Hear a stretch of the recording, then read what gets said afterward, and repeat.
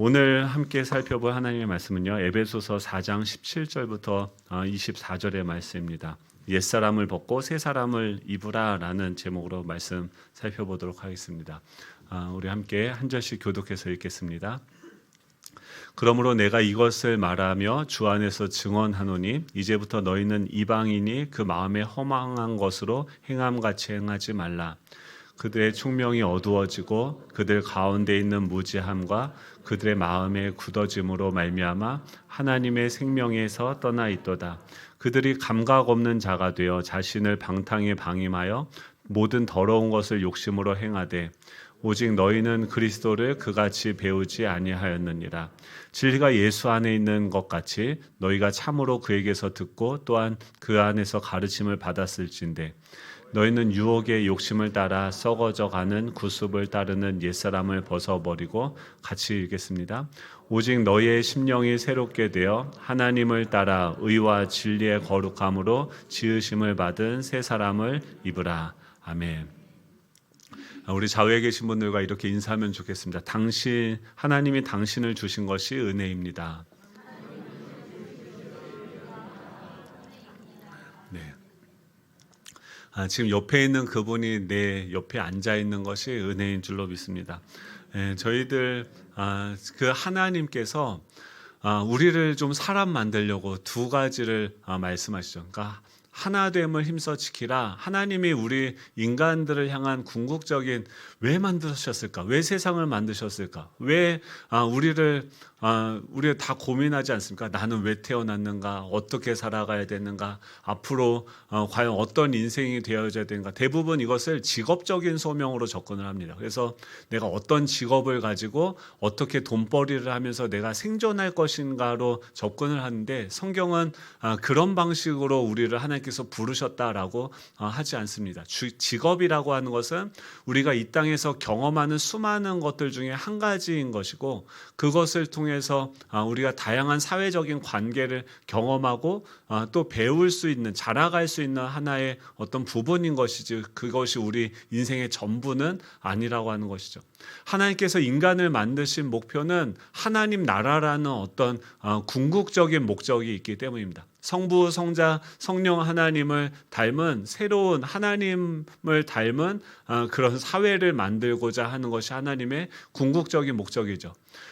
우리가 가지고 있는 그 권리, 권한, 권력을 가지고서 우리가 우리 자기중심적으로 자기 욕망을 위해서만 살아가는 것이 아니라 그 권력으로 다른 사람을 사랑하고 살리고 도울 수 있는 더불어서 살아갈 수 있는 그런 사회를 만들고자 하는 것이 하나님의 궁극적인 창조 목적이죠.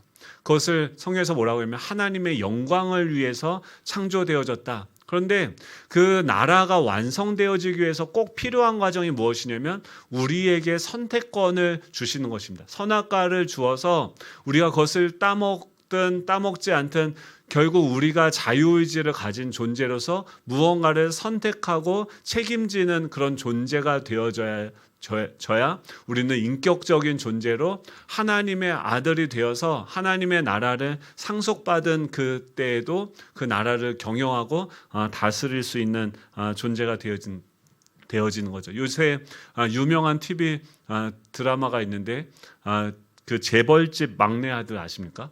보십니까? 보시는 분 일부보다 여러분 반응이 좋습니다. 일부는 다들 안 보시는지 이렇게 전혀 이렇게 반응이 없는데 2부는 할렐루야.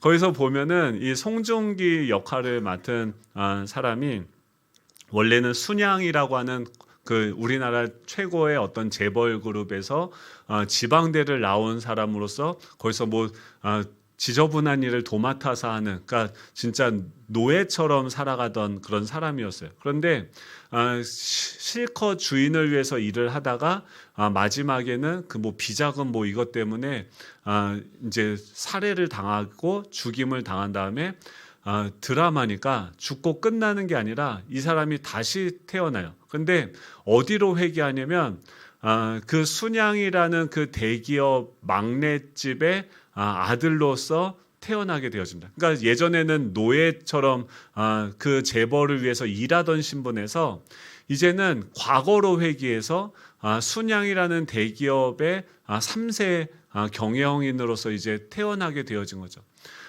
근데 만약에 그렇게 태어났을 때 만약에 그 노예처럼 만약에 우리가 인생 2회차를 살아가는 거죠. 여러분 과거로 여러분들의 인생이 돌아가면은 좋겠죠. 또 만약에 그러니까 세상을 보는 세계관이 다양합니다.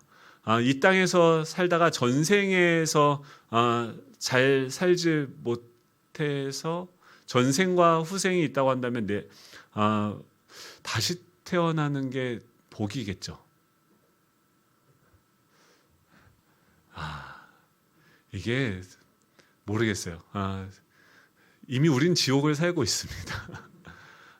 어떻게 여기서 인간이란 무엇인지, 하나님이 왜 세상을 창조하셨는지, 우리에게 바라는 것이 무엇인지를 깨달아가고 그 나라가 완성이 되어졌을 때 아무리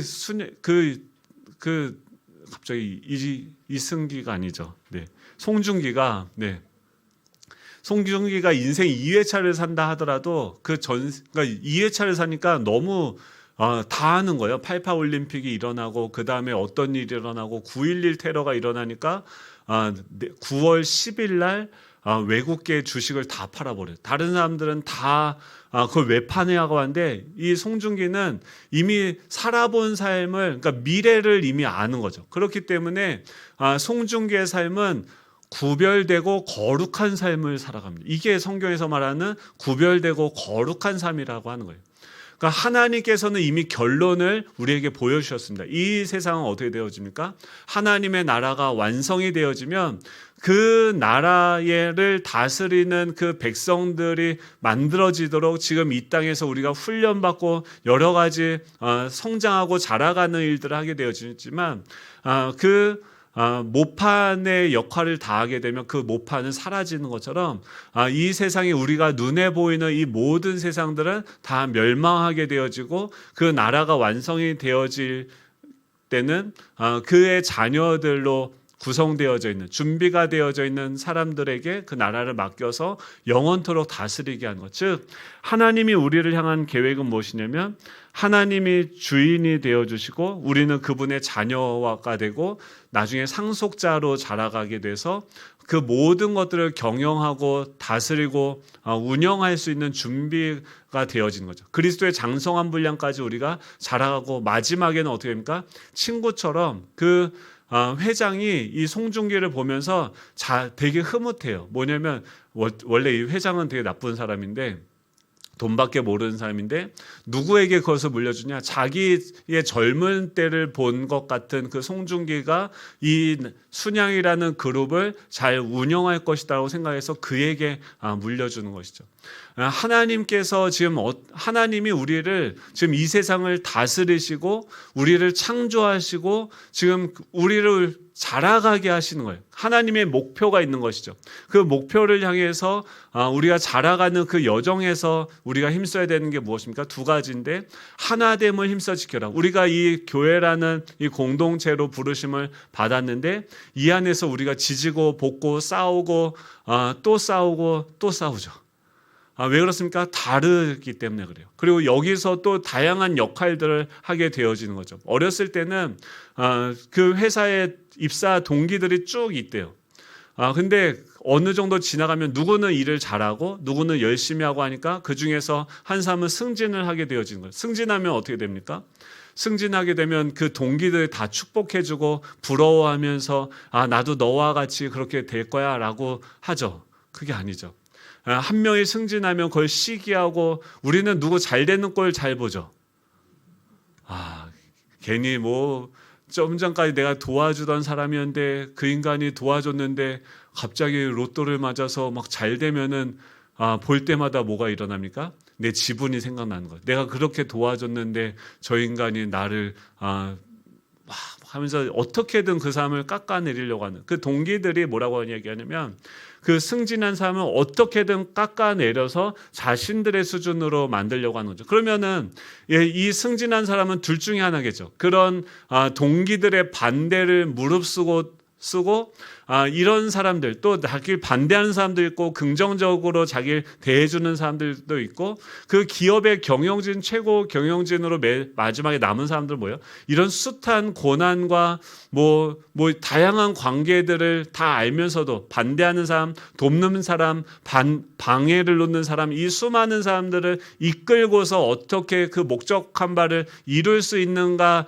그 실력을 키우는 사람이 있는 반면에 또 어떤 사람이 있습니까? 야, 세상은 참 더러운 곳이야. 어떻게 동기들이 저렇게 나를 대할 수가 있어 하면서 성장하기를 멈추고 그냥 산으로 올라가는 두 부류의 사람이 있는 거죠. 하나님께서는 우리로 하여금 여러분 산으로 가도요, 거기서 하나님은 또 우리를 괴롭히실 거예요. 우리가 자녀이기 때문에 저도 저희 자녀들에게 계속 잔소리를 하는 거죠. 이거는 이렇게 해야 되고 저건 저렇게 해야 된다라고 이야기하는 거예요. 왜 그렇습니까? 자녀들이 자라가야 되니까.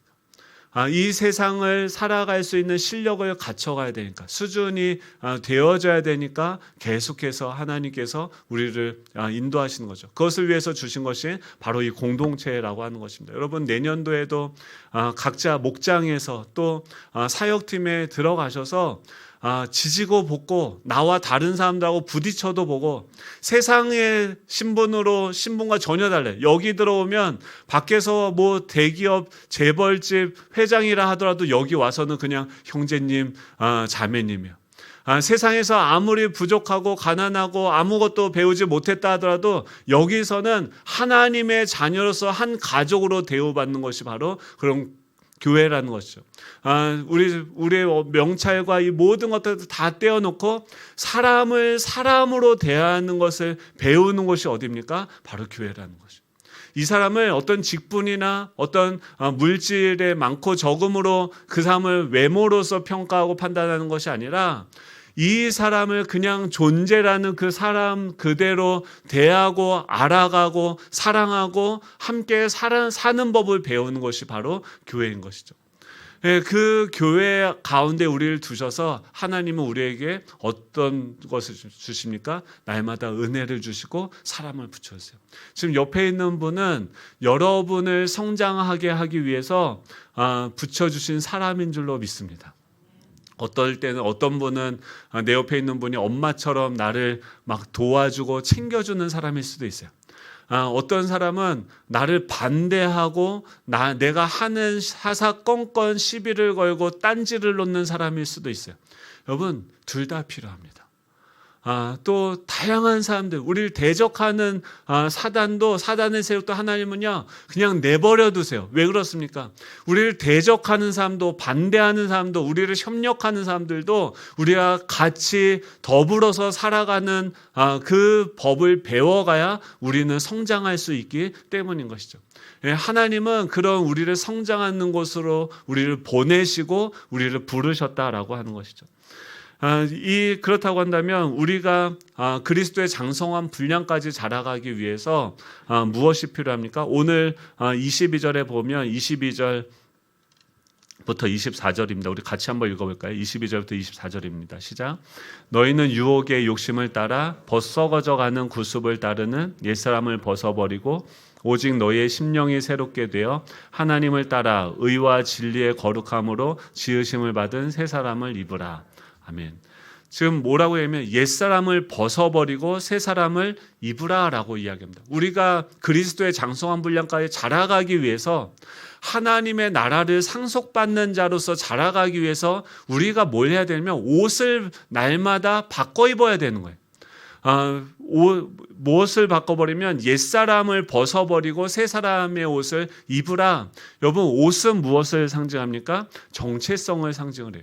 그 사람이, 제가 만약에 여기 죄수복을 입고 왔다고 한다면 사람들이 저를 뭐로 보겠습니까? 저 사람 탈옥했나? 죄수로서 보겠죠. 제가 예비군복을 입고 오면은 사람들이 저를 무엇으로 보입니까? 예비군으로 보겠죠. 예비군복을 입으면 사람들이 갑자기 놀랍게도 모든 사회적인 신분과 다 상관없이 예비군이 되어지는 놀라운 기적을 경험하게 되죠. 결국 옷은 무엇이냐면 그 사람의 정체성을 의미하게 되어진다라고 하는 것입니다. 우리가 성장하기 위해서, 그리스도를 닮아가기 위해서 해야 되는 것은 뭐냐면 옛사람의 정체성, 예전에 내가 나를 생각하고 다른 사람들이 나를 생각하던 그 내가 있는 거죠. 그 나라는 정체성, 내가 생각하는 그 옛사람의 정체성을 날마다 벗어버려야 된다라고 하는 거예요. 이것을 벗기 위해서 뭐 하기 위해서요? 하나님이 날마다 와서 너 이 옷은 너한테 맞지 않아. 너는 이런 사람이 아니야. 너는 이런 존재가 아니야. 날마다 나에게 오셔서 내 옛사람의 옷을 너 그거는 벗어버리고 내가 주는 새 옷을 입어라 라고 주님께서 날마다 그 새로운 옷을 입혀주시겠죠. 우리가 성장하기 위해서 무엇이냐면 날마다 우리의 정체성. 여러분 오늘 오실 때 어떤 옷을 입고 오셨습니까? 세상에서 내 어떤 사회적인 그 신분의 그 옷을 입고 이곳에 안 오시죠. 성도로서, 예수 정한교회 성도로서, 교인으로서, 집사로서, 권사로서, 전 목사로서 이곳에 그 자녀됨의 다양한 신분의 옷을 이곳으로 입고 오는 것이죠. 그 날마다 우리가 고민해야 되는 게 무엇이냐면 내가 입은 옷이 무엇인지 거울을 봐야 되는 거예요. 내가 누구인지, 내 정체성이 무엇인지 날마다 확인할 수 있는 저와 여러분 되시길 좋겠습니다. 그렇다고 하면 첫 번째로 우리가 벗어버려야 될 그 옛사람의 특징이 무엇인지 살펴보면 17절입니다. 그러므로 내가 이것을 말하며 주 안에서 증언하노니 이제부터 너희는 이방인이 그 마음에 허망한 것으로 행함같이 행하지 말라. 지금 이 옛사람의 특징은 무엇이며 허망한 것으로 행한다. 지금 행한다. 그러니까 그 사람이 옛사람의 특징, 그 사람이 누구인지를 어떻게 확인할 수 있냐면 그 사람이 어떻게 사는지를 보면, 어떻게 행하는지를 보면 그 사람이 누구인지를 알 수 있는 거죠. 근데 그 행함은 어디서부터 나옵니까? 마음으로부터 행동이 나오죠. 즉 마음, 여기서 누스라는 단어인데 마음, 정신, 생각, 그 사람이 가지고 있는 세계관이 있어요. 그 세계관이 어떠하느냐에 따라서 그의 마음이 어떠하느냐, 생각이 어떠하느냐에 따라서 그의 행동을 결정하게 되어지는 것이죠. 그렇죠? 근데 그 마음이 지금 뭐라고 얘기하면 마음에 허망한 것으로 행함같이 행하지 말라라고 이야기합니다. 여기서 허망하다라고 하는 것은 무모하다. 거예요. 무모한 게 뭐냐면 생각이나 계획이 없다. 생각이나 계획이 없다는 것은 자신이 하려고 하는 어떤 뚜렷한 초점과 목표와 자신의 삶이 일직선상에 있지 않는 자세를 말합니다. 이것을 박연성 목사님이 이렇게 설명을 하더라고요. 그 야구 선수가 있는데 투수예요. 투수는 지금 경기 중에 그 투수의 자리에 왜 섰습니까? 공을 잘 던지기 위해서. 그러니까 모든 생각이 다 어디 있습니까? 이 공을 어떻게 그 포수의 그 미트 속으로 잘 들어가게 할 것인가를 고민하면서 다양한 행동을 하겠죠. 그런데 그래서 어떤 투수들은 공에다가 뭐 이렇게 손톱으로 긁기도 하고, 그래서 그 공에 스크래치가 나면 변하고 뭐 이 회전을 더 많이 먹게 돼서 뭐 그런 걸 하든 뭐 땅에 모래 뭐 묻히기도 하고 뭐 이런 것들을 한대요. 다양한 행동들을 하는데 목표는 무엇입니까? 투수니까 공을 잘 던지기 위해서 그 목표를 위해서 내가 어떻게 하면 더 잘 던질 수 있을까를 고민하는 것이죠. 그런데 허망하게 행한다라고 하는 것은 뭐냐면 투수가 갑자기 공을 던지다 말고 야구공에 실밥이 터져 있는 거예요. 그래서 감독한테 얘기해서 코치한테 쉬라고 바늘 좀 갖다 달라고. 그래서 지금 경기를 하다 말고 그런 사람이 없겠죠. 공에 실밥이 터져서 거기서 투수가 공을 꼬매고 있는 거예요. 답답하죠. 이게 뭡니까? 이게 허망한 거예요. 그러니까 이 마음에 허망한 것으로 행함같이 행하지 말라라고 하는 것은 지금 하나님께서 우리 인생을 부르신 그 목표가 있는데 목표는 무엇입니까? 우리를 그리스도의 형상도로 수준까지 자라가도록 우리를 부르신 것이죠. 그렇다고 한다면 이번 주에 우리의 삶 속에서 경험했던 그런 불의한 일이라든지 뭐 다양한 어떤 인간과의 관계에서 겪게 되어지는 어려움이라든지 내 어떤 감정적인 어떤 기복이라든지 이런 모든 것들은 우리가 무엇을 통해서 경험하게 되어집니까? 하나님이 지금 내 인생을 인도하고 계시고 함께하고 계시고 내 생활을 다 아시는데 그 일이 발생했다고 하는 것은 그 일을 통해서 그 사건을 통해서 나로 하여금 하나님의 형상이 회복되어지는 그 목표를 위해서 지금 이 문제들이 나에게 온 것이죠. 근데 그것을 잃어버리게 된다면 우리는 지금 뭐가 중요한지, 제가 만약에 중학생인데 사랑에 빠져서 애를 낳아요. 될까요? 안 될까요? 뭐 안 될 건 또 뭐 있습니까? 뭐 순서가 좀 안 되죠. 왜냐하면 시기가 있는 거죠. 그러니까 중학교 때 배워야 되는 인간관계, 이건 엄청난 정말 준비가 안 됐는데, 아직 가정을 책임지고 그것을 꾸릴 수 있는 준비가 안 됐는데, 뭐 사랑한다고 해서 뭐 그래서 막 임신하고 이렇게 되어지면 이거는 정말 큰 해악이 되어질 수 있는 거죠. 그러니까 그 수준의 그 시기에 내가 영적으로 지금 갓난아기 수준인지 아니면 내가 영적으로 청소년기인지, 이것이 자신에 대한 자기가 어느 정도 수준까지 자라와 있는지 거울을 보면서 파악을 할 수 있어야 되는 거죠. 그래서 지금은 내가 이제는 사회에서 영적으로 이제 성인이 되어서 어떤 나 자신의 성장한 그동안 배운 어떤 실력들을 가지고 누군가를 섬기기 위해서 협력하는 법을 배워야 되는 건지, 아니면은 이것들을 이끌어갈 수 있는 리더십을 키워야 되는 건지,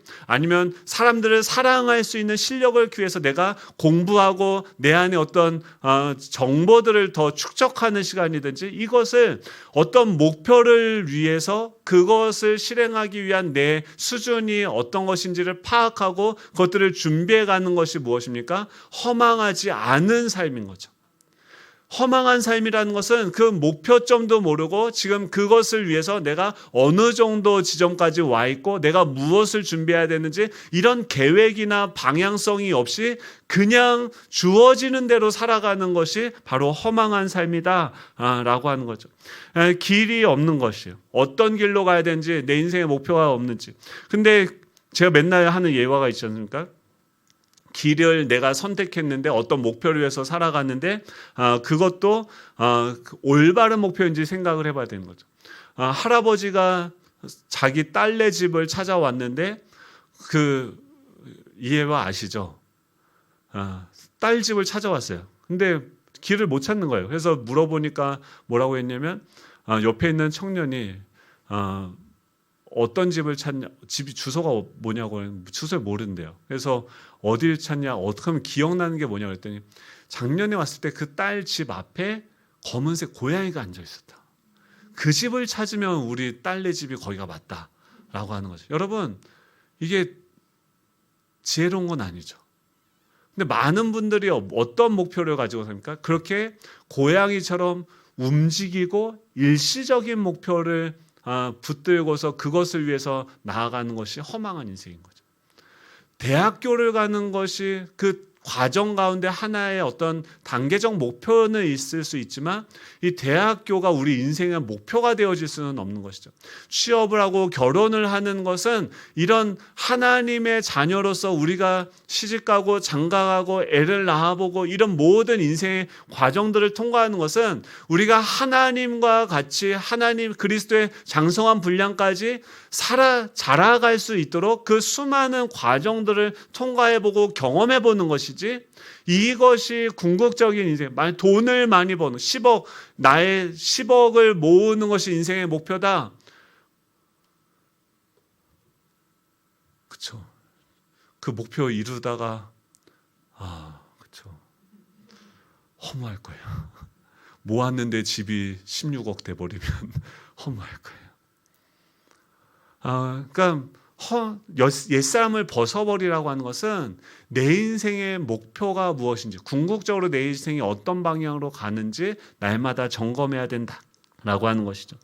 근데 험한 그 마음에 험한 것으로 행함같이 행하지 말라고 합니다. 왜 그러냐면 그 마음에 험한 것들 하면은 두 번째로 어떻게 됩니까? 총명이 어두워진다. 분별력이 없어진다라고 하는 것입니다. 지금 무엇을 준비해야 되고 무엇을 우선적으로 생각해야 하면서 해야 되는지를 알지 못하는 것. 송중기가 9월 10일 날 드라마를 보셔야 네. 그렇죠. 인생을 2회차 사니까 앞으로 어떤 일이 벌어질지를 아는 거예요. 그러니까 뭐 하냐면 9.11 사태가 일어나면 지금 외국 주식이 엄청 폭등하고 있었는데 너무 전 세계 경기가 좋았는데 9월 10일이 되니까 외국 주식을 다 팔라고 명령을 합니다. 왜 그렇습니까? 9월 11일에 엄청난 일이 9.11 테러가 발생하고 모든 주식이 폭락할 것을 알고 있으니까 그 주변에 있는 다양한 사람들은 다 그 방향으로 갔는데 그것을 멈추고서 다른 길로 가는 거죠. 이것이 무엇입니까? 거룩함이라고 하는 거죠. 세상 사람들은 이 세상이 영원할 것이라고 생각하고 이 지금 자신이 열심히 노력하고 수고하고 많은 돈을 벌면은 그것을 저장하면 누가복음 12장에 뭐라고 나옵니까? 어리석은 부자는 가을에 추수를 많이 해서 더 이상 쌓아놓을 곡간이 없이 창고를 더 짓고 그 안에 곡식을 많이 쌓아놓고 내가 남은 여생을 배불리 살리라라고 하는데 성경에서 그를 뭐라고 소개합니까? 어리석은 부자다.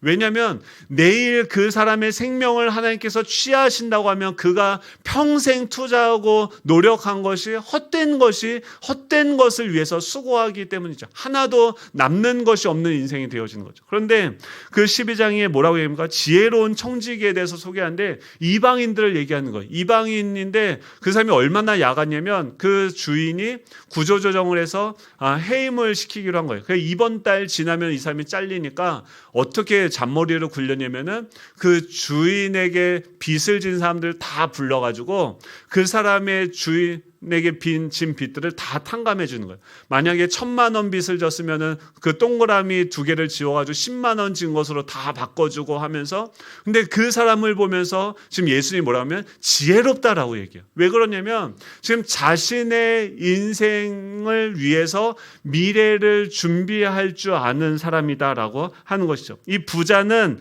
생명이 자신이 통제할 수 있는 영역 안에 있고 자신이 모든 것을 준비할 수 있다라고 생각했던 반면에 이 잔머리 굴리는 이 청지기는 지금 무엇을 생각합니까? 주인에게 월급 받다가 쫓겨나면 내 주인이 여기서 쫓겨나서 이제 내가 내 인생을 살아가야 된다고 한다면 내가 누구의 손에 의탁해야 되는가를 짐작하고 준비한다라고 하는 거죠. 미래를 알고 지금 이 지혜로운 청지기는 준비하고 있었기 때문에 그의 행동이 도덕적이다 비도덕적이다를 떠나서 지금 이건 잘못된 거죠. 그런데 그 사람은 최소한 뭘 하고 있었어요? 저 이방인들도 미래를 위해서 준비하고 있다고 하는 거예요. 여러분 교회 안 다니는 사람들을 보십시오. 얼마나 미래를 위해서 최선을 다해서 노후 자금을 준비하고 열심히 살아가고 하고 있습니까? 그것이 헛되든 헛되지 않든 어쨌든 미래를 준비하면서 살아갔는데 믿는 우리는 어떻습니까? 지금 이 허망한 것, 옛사람의 특징은 허망한 것, 인생의 목표가 없이 그냥 되는 대로 하루하루 살아가는 것이고 그 결과가 어떻게 되냐면 총명이 어두워졌다. 삶의 목표와 방향을 잃어버리니까 분별력이 잃어버리는 거예요. 내가 무엇을 지금 투자해야 되고 지금 실컷 놀고서 지금 요새는 토끼와 거북이도 말이 안 된대요. 왜냐하면 토끼도 요새는 쉬지 않고 계속 뛴대요. 거북이가 예전에 지금 시대가 바뀌었다. 토끼도 최선을 다해서 살아가고 있기 때문에 거북이는 절대 따라잡을 수 없는 인생이다라고 하는데 다 그렇게 열심히 살아가고 있는데 우리는 무엇을 위해서 열심히 살아갔는지 그것을 보아야 된다는 거죠. 19절에 보면 그들이 감각 없는 자가 되어 자신을 방탕에 방임하여 모든 더러운 것을 욕심으로 행한다라고 이야기합니다. 이 감각을 잃고 방탕한 삶을 살아간다는 것. 즉 목표가 없는 인생은 분별력을 잃어버려요. 그래서 무엇이 중요하고 무엇이 우선순위인지를 알지 못하여서 총명이 어두워진 상태로 살아가게 되어집니다. 누가 베드로후서 2장 17절에는 이렇게 얘기해요. 바람에 부는 대로 밀려다니는 안개와 같은 인생이다. 그래서 바다 한가운데 바람이 불면, 인생의 목표가 없는 사람들의 삶은 어떻습니까? 바람이 불려오는 대로 자신이 그날 욕망하는 대로 그냥 이렇게 저렇게, 돼지들은요 인생에 대해서 고민이 없습니다. 그냥 주는 대로 먹고 자고 싸고 돼지같이 살다가 어느 날 식탁 위에 올려지는 인생이죠. 종의 인생은요 미래에 대한 고민이 없습니다. 그냥 날마다 무엇을 먹을까 입을까 마실까 날마다 잘 먹고 그렇게 살아가다가 결국 멸망 가운데 인도하게 되겠죠. 하나님은 우리를 자녀로 부르셨기 때문에 우리의 인생을 위해서 값을, 아들의 피값을 치르셨기 때문에 그렇게 엄청난 값을 지불한 우리의 인생이 그대로 허망하게 방탕하게 살아갈 수 있도록 내버려 두지 않으신다라고 하는 거예요. 여기서 방탕하다라고 하는 것은 뭐냐면 도덕적으로 윤리적으로 나쁜 짓을 하는 것을 방탕하다라고 하는 것이 아니라 허비하고 있다는 거예요. 쓸데없이 시간을 소비하고 있는 것을 방탕하다라고 하는 거예요. 집에 수돗물을 틀어놓고 나오는 것이 방탕한 거예요. 계속 물이 계속 콸콸콸콸 쏟아지는데 그냥 그것을 잠그지 않고 그냥 허비하는 것이 방탕한 거예요. 집에 가스불을 켜놓은 채 나오는 것이 방탕한 것입니다. 가스불을 켜놓으면 그 불로, 그 에너지로 많은 맛있는 요리를 할 수 있는데 그것을 그냥 내버려 두는 것이 방탕한 것이죠. 누가복음 15장의 탕자를 보면 방탕한 아들이라고 해요. 왜 그렇습니까? 아버지께서 자신의 몫을 유산으로 주었는데 그 재산을 쓸모없이 다 써버렸기 때문이죠. 하나님은 우리를 하나님의 자녀로 상속자로 친구로 삼으시기 위해서 우리에게 날마다 이 삶과 생명과 이 시간을 우리에게 날마다 선물로 주시는 거죠. 근데 그것을 방탕하게 행하는 것은 무엇입니까? 나에게 아무 유익이 안 되는 것을 위해서 그 시간과 물질을 투자하면서 살아가는 것이 방탕한 삶을 살아가는 거죠. 옛사람의 특징은 무엇이냐면 내 인생이 결국이 어떻게 되어지는지 알지 못하니까 우리는 다 죽은 다음에 공평하게 하나님 앞에 심판대 앞에 서게 되어질 것인데 그 결국을 알지 못하니까 자신이 만들어 놓은 그 목표를 향해서 살아가다가 모든 것을 다 투자했는데 망하는 곳에 여러분 진짜 투자자가 돼야죠. 세상 사람들이 알지 못하는 정확한 분별력을 가지고 우리가 지난주에 제대로 된 투자를 했죠. 십시일반해서 우리 신민철 집사님을 위해서 헌금을 했죠. 여러분 이게 얼마나 괜찮은 투자인지 아십니까? 우리는 신민철 집사님을 영원히 봐야 돼요. 그러면 영원토록 볼 때마다 울고먹을 게 생겼어요. 야, 집사님 그때 기억 안 나요? 내가 그때 짜장면 2그릇 안 먹고 이렇게 투자했는데 주여. 여러분 어디에 투자해야 돼요? 영원하고 썩어 없어지지 않는 것이 무엇인지를 우리가 날마다 분별하고 그것에 투자할 수 있는 것, 투자하면서 살아가는 것이 무엇입니까? 옛사람을 벗어버리는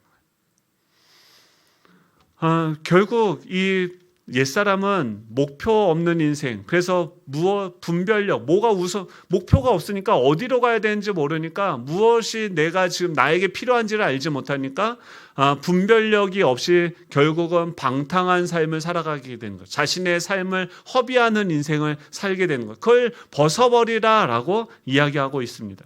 옛사람을 벗어버리라. 어떻게 벗어버립니까? 20절에 보면 오직 너희는 그리스도를 그같이 배우지 아니하였느니라. 진리가 예수 안에 있는 것 같이 너희가 참으로 그에게 듣고 또한 그 안에서 가르침을 받았을진데 라고 얘기합니다.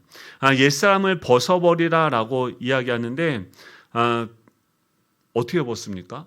여기서 보면은 그리스도에게 배우라라고 하는 거예요. 여러분 상처가 나면 딱지가 생겨요. 근데 딱지를 자꾸 떼버리면, 그러니까 지금 17절에서도 뭐라고 하냐면 내가 이것을 말하며 주 안에서 증언하노니라고 얘기해요. 그러니까 지금 복음은요 권면이 아니라 선포입니다.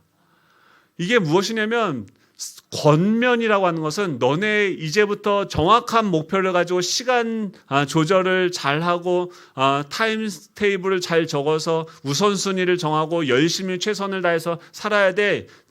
너 더 늦게 자고 더 열심히 살아야 돼. 이것을 성경에서 이해하고 하는 게 아니에요. 물론 결과적으로는 그렇게 되어지겠죠. 그런데 지금 그거보다 시간을 아낀다라고 하는 것은 뭐냐면 예수님께 배우라고 하는 거예요. 지금 내 미래를 아시는 주님께서 내 삶을 인도하고 계시는 그 주님께서는 이런 상황에서 지금 막 어떤 갈등이 생겼어요. 그러면 그런 갈등에서 예수님은 어떻게 하시는지 우리가 성경 안에 들어와서 예수님께 배워야 되는 거죠. 그것이 무엇입니까? 시간을 아끼는 거고 우선순위를 주님께 배우는 것. 주님은 날마다 어떤 것을 우선순위로 했는가? 예수님은 어떤 사명을 위해서 살아갔는가? 예수님은 날마다 자신의 시간과 물질을 어디 투자하셨는지, 또 이런 나를 반대하는 사람이 생기고 지금 말도 안 되는 얘기를 하는 그런 사람들이 같이 사역을 하게 되어지는 거죠. 같이 진짜 뭐 이런 일들이 일어나는 거죠. 그랬을 때 어떻게 그 사람들의 반대를 무릅쓰고 천국에 가면 반대하는 사람이 없을까요?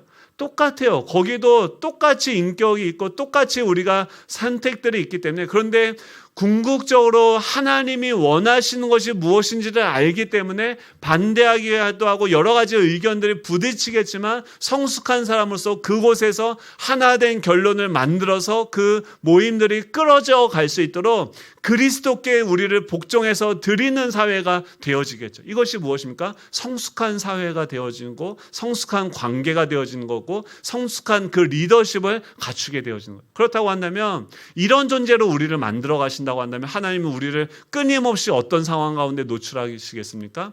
여러 가지 것들을 배우는 장소로 우리를 인도하시겠죠. 그것을 우리는 뭐라고 얘기해요? 고난이라고 또 얘기하고 시험 문제라고 얘기도 하고 문제가 생겼어요. 시험거리가 생겼어요. 그걸 위해서 기도하면서 뭘 해야 됩니까? 성경에 들어가서 말씀으로 들어가서 예수님은 어떻게 인간관계를 하셨는가 보셔야 됩니다. 예수님은 어떻게 자신이 떠나간 다음에 그 후임들을 준비시켰는지 개인이 아니라 공동체로 제자들을 함께 데리고 다니면서 먹고 마시고 함께 그들을 품어주고 기다려주는 방식으로서 그 다음을 미래를 준비하시는 거죠. 자녀 교육을 어떻게 해야 되는지, 또 어떻게 하면 리더십을 발휘해야 되는지, 날마다 하루의 가장 첫 시간들을 어떻게 보내는지 예수님께 들어가서 배우는 것이 무엇입니까? 새 사람을 입는 거예요. 우리는요, 가만히 있어도 우리 본성은요, 날마다 그냥 죄는요, 노력 안 하셔도 돼요. 가만히 있으면은 우리는 계속 죄된 생각이 나요. 누가복음 11장 23절 같이 한번 읽어볼까요? 누가복음 11장 23절 시작. 나와 함께하지 아니하는 자는 나를 반대하는 자요, 나와 함께 모으지 아니하는 자는 해치는 자니라. 지금 뭐라고 하면 나와 함께하지 아니하는 자는 나를 반대하는 자요. 그 말은 뭐냐면 우리가 하나님 예수님께 묻고 대답하는 거 아니면 다 죄 짓는 거라는 거예요. 여기서 죄 짓는 건 뭐냐면 자기중심적인 사고로 간다는 거예요. 자기만 생각하고 자신의 유익만 생각하고 어떻게 하면 내가 편하게 되어질까만 생각을 하는 거예요. 그러니까 그것이 나에게는 뭔가 유익을 준다고 생각하지만 대부분 보십시오. 그게 누군가를 찌르고 상처를 주고 하는 거죠. 근데 이 사람이 깐난하게요. 그러면 어떻게 해요? 우리 이 사람을 품고 하는 거죠. 근데 이게 제가 목사인데 제가 목사인데 여러분들 지금 세 가족이 왔는데 그분이 막 저한테 뭐 잘 모르고 막 이런저런 얘기를 해요. 목사님 설교가 뭐 그지 같아요. 막 이렇게 얘기해요. 그러면은 제가 어떻게 해야 됩니까? 상처받아야죠. 예? 저희 아이들이 요만한 애들이 멋모르고 하는 얘기들이 있어요. 근데 우리가 성숙해졌다고 하는 것, 우리가 날마다 자라갔다는 것은 무엇입니까? 그런 얘기에 이제는 휘둘리지 않을 수 있는 거예요. 예수님을 보시면 수많은 공격들이 있고 수많은 음해와 이런 것들인데 거의 휘둘리지 않아요. 지금 사도 바울 보시오. 감옥에 있는데 얼마나 억울한 상황이에요. 휘둘리지 않아요. 왜 그렇습니까? 내가 누구인지 아는 거예요. 지금 이 고난을 통해서 사도 바울이 지금 예수님이 내가 십자가의 죽음으로 말미암아 그 사람들의 연약함을, 그 사람이 날 공격했는데 나한테 똥을 묻혔어요. 그러면 거기에 대해서 내가 어떻게 반응할까? 그 사람이 나한테 똥을 묻힐 수 있지만 우리에게 어떤 성숙함의 자유가 있습니까? 그 사람에게 똑같이 갚아주지 않을 수 있는 자유가 있는 거죠. 그 사람이 나한테 똥을 묻혔다고 나도 그 사람한테 똥 묻히려면 나도 내 손으로 똥을 만져야 돼요. 그게 아니죠. 그 사람이 묻혔다고 해서 우리는 그것을 이 사람이 아직 어리구나, 갓난아기구나, 일로 와 내가 씻겨줄게, 물로 씻겨주면서 기저귀를 채워주고. 제가 어떻게 키가 이렇게 컸는지 아십니까? 비밀을 알려드릴까요? 많이 먹었어요. 많이 잤어요. 그러니까 어느 순간에 저도 모르게 커 있더라고요. 여러분, 성장하려면요 계속해서 뭐예요? 예수님을 먹는 거예요. 그런 상황일 때 어떻게 그 사람이 되는가? 여러분, 날마다 이런 갈등이 있기를 축복합니다. 아멘 하다가 깜짝 놀라서 막 멈추셨죠. 있기를 축복합니다. 이게요, 어렸을 때는 이게 갈등이 되는데 자라오면 어떻게 돼요? 이분이 지금 요 정도구나, 이 정도 수준까지 왔구나, 이제 알아요. 그래서 어떻게 대응할지를 알게 돼요. 그 다음에 이 문제에 대한 해답을 알면 이게 더 이상 문제가 되어지지 않아요.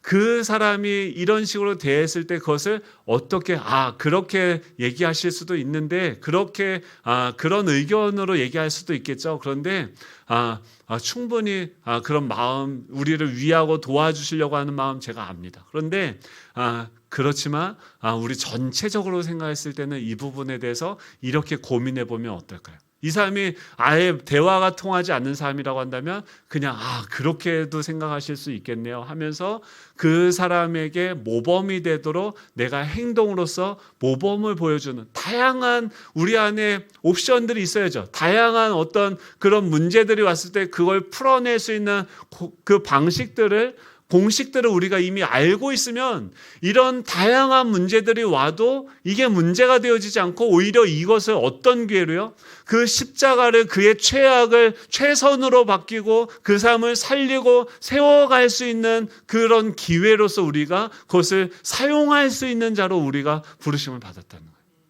예수님에게 배우셔야 돼요. 그것이 뭐냐면 새 사람을 입는 거예요. 예수님은 이미 사망과 죄와 그 어둠의 권세까지 이기는 법을 이 성경을 통해서 이미 그것을 다 이기셨고요. 그 노하우가 있으시고 그것을 우리에게 기록하셔서 그 답을 이미 우리에게 주셨습니다. 여러분, 새 사람을 입으라고 하는 것은 새로운 정체성, 그 예수 그리스도 안에서 예수님이 이미 이 모든 것들을 해결할 수 있는 능력이 있는 줄로 믿습니다. 그 사람을 품을 수 있고 그 사람을 변화시킬 수 있고 그 사람을 치료할 수 있는 능력이 있는 줄 믿으시기 바랍니다. 안 믿으시네요. 요한복음 15장 5절 우리 같이 한번 읽어볼까요? 요한복음 15장 5절입니다. 시작. 나는 포도나무요 너희는 가지라. 그가 내 안에 내가 그 안에 거하면 사람이 열매를 많이 맺나니 나를 떠나서는 너희가 아무것도 할 수 없습니다. 지금 뭐라고 얘기하면 주님과 우리가 연합되어져 있다는 거예요. 이미 다 승리하시고 그 원수들, 영적인 세력들, 이 모든 피조물들을 다 운영하고 다스리시는 그 하나님이 지금 우리의 머리가 되어주신 거예요. 그러니까 어떻게 해야 됩니까? 그 머리에게 듣고선 우리가 그 머리가 주는 그 지혜로서 그 일들을 행하면 되는 거죠. 아예 이 성경의 언어를 모를 때는 목사나 저와 같은 사람의 도움이 필요하지만 이 성경의 언어를 배워야 되니까요. 그런데 이것이 조금 정도 자라가면 날마다 이 큐티를 하시고 말씀을 읽으시면서 그 안에서 예수님께 배울 수 있는, 자라갈 수 있는 저와 여러분 되시기를 간절히 소망합니다. 주님이 이런 상황에서 이렇게 대하시네. 왼쪽 뺨을 때리면 오른쪽 뺨도 내밀라고 하는 게 무엇이냐면 그 사람들의 폭력성을 다스리고 그 사람을 오히려 변화시키고 용서할 수 있는 능력이 내 안에 있다는 것을 경험하도록 그 왼쪽 뺨을 맞는 그 장소로 하나님이 허락하시는 거예요. 여러분, 주님은 우리 가운데 어떤 일을 하고 계십니까? 요한일서 5장 18절에 보면 하나님께로부터 난 자는 다 범죄하지 아니하는 줄 우리가 아노라. 하나님께로부터 나신 자가 그를 지키심에 악한 자가 그를 만지지도 못하느니라. 지금 하나님이 우리를 지키시니까 하나님이 허락하지 않으면 그 시험도요 일어날 수가 없어요. 그 문제를요, 우리 삶에 일어난 그 문제가 우연이 아니라 하나님이 허락한 문제예요. 우리에게 문제로 시험지를 풀어주신 거예요. 그러면 어떻게 해요? 그것을 풀 수 있는 해답도 주님께서 알려주신다는 거예요. 근데요, 여기서 그 문제를 푸는 거 골치 아프고 힘들고 시험 보는 거 어렵죠. 수학 공부하는 거 어렵대요. 공부해도 계속 문제 푸는 거 머리 쓰고 계속 고민해야 돼요. 여러분, 예수 믿는다고 고민 없어지는 거 아닙니다. 계속 우리 인생에서 누구보다도 더 진지한 고민들을 하게 되고 이런 은혜를 받은 성숙한 인격이 되었는데 사람이 되어졌는데 예전보다 더 많은 경우의 수들을 고려하는 것이죠. 내가 이렇게 행동했을 때 사람들이 시험에 들지 않을까? 저 사람들은 이것에 대해서 내가 말하는 것에 대해서 어떻게 생각할까? 그 사람의 기질까지도 알고 그 사람이 나를 이해할 수 있도록 어떻게 하면 이해하게 할 수 있는가? 며칠을 고민하고 그에게 조심스럽게 기회를 봐서 하나님이 허락하시는 그때에 그에게 그 말을 전할 수 있는 데까지 우리가 자라가게 되어진 거죠. 그러면 이것을 위해서 하나님은 날마다 다양한 사람들을 만나게 하시고 경험하고 여기서 이걸 훈련을 안 하면요, 나중에 그 나라를 상속받고 거기서 천국 가서도 하나님 나라 완성돼서 맡길래야 맡길 수가 없는 거예요. 왜 그렇습니까? 조금만 힘들면 이 사람은 도망가요. 조금만 힘든 사람이 있으면 이 사람은 뭐 다 때려치고 그냥 에이 하면서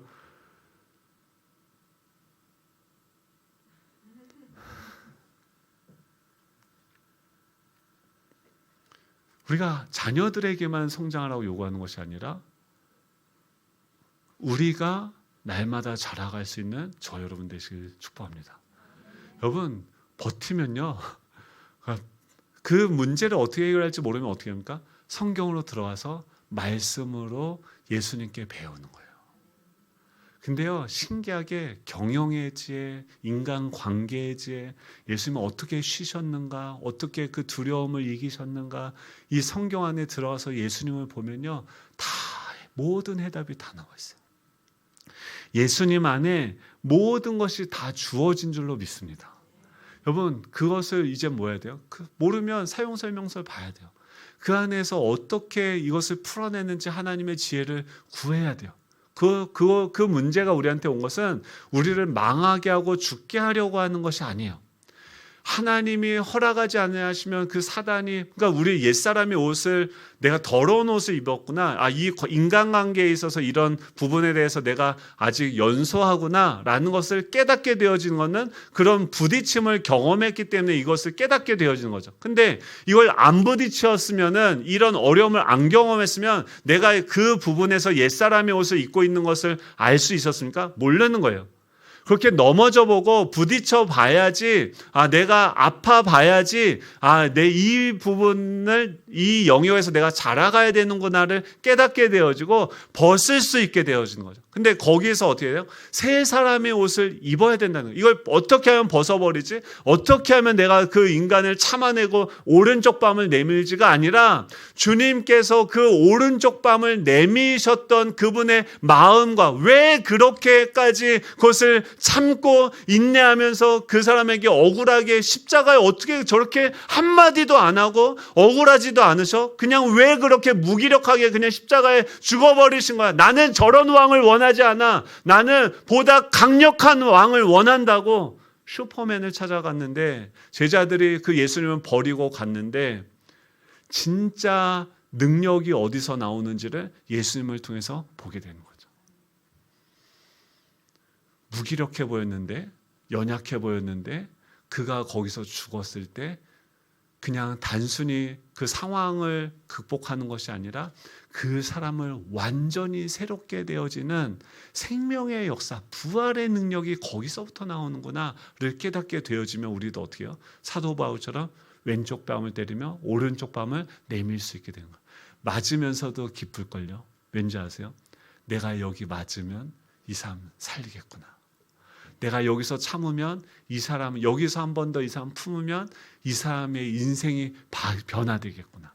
야, 이 인간 평생 내가 영원토록 울고 먹어야지. 그때 너가 나한테 어떻게 했는데 내가 그때 너한테 참고 기다려주고 사랑해주고 이렇게 해서 여러분 그 인간이 제대로 인간이 되어졌을 그 영원한 나라를 꿈꾸십시오. 사모하십시오.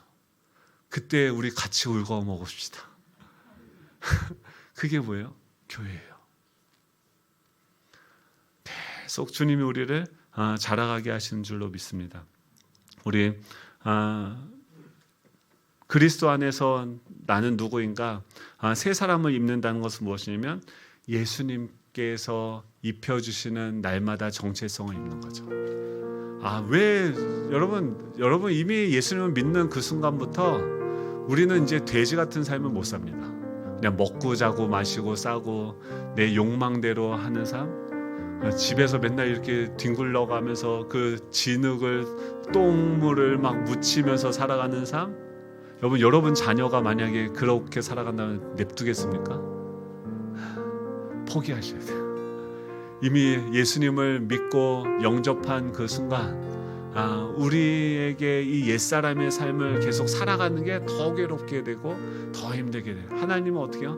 끝까지 지독하게 포기하지 않고 계속 잔소리하시면서 하나님을 닮아가도록 아빠를 보고 아빠한테 배워야 된다 하면서 계속 우리에게 새로운 옷을 공급해 주실 것입니다. 여러분 그 새로운 옷을 새로운 정체성을 입고 그분에게까지 자라갈 수 있는 저와 여러분 되시길 간절히 소망합니다. 우리 찬양할 텐데요. 힘들고 지쳐 우리 다 같이 일어나셔서 찬양하기 원합니다. 여러분 넘어져도요. 맨날 실수해도요. 여러분 너무 그거에 대해서 낙심하지 마십시오. 그게 자연스러운 거예요. 우리 원래 그런 존재입니다. 근데 99번 넘어지는데 한 번 물어보기 시작하는 거예요. 하나님 이럴 때는 어떻게 해야 돼요? 근데 거기에서 하나님이 알려주신 대로 한번 새 옷을 입고 한번 해보는데 와 이게 되네? 와 이렇게 하니까 옛날 방법보다 이게 훨씬 더 낫네? 이런 방식으로 계속 하나님이 하나씩 새로운 아이템을 입혀주시는 거예요. 새로운 그 옵션을 우리에게 제공해 주시는 거예요. 여러분 그 삶이 우리 가운데 날마다 충만해지고 채워가질 수 있는 저와 여러분 되시면 좋겠습니다. 여러분 우리가 힘들고 지쳐 쓰러졌을 때 우리의 손을 잡아 일으켜 주시며 하나님의 자녀됨 형상을 회복하시는 그 주님을 찬양하면서 나아가도록 하겠습니다. 우리 찬양합니다.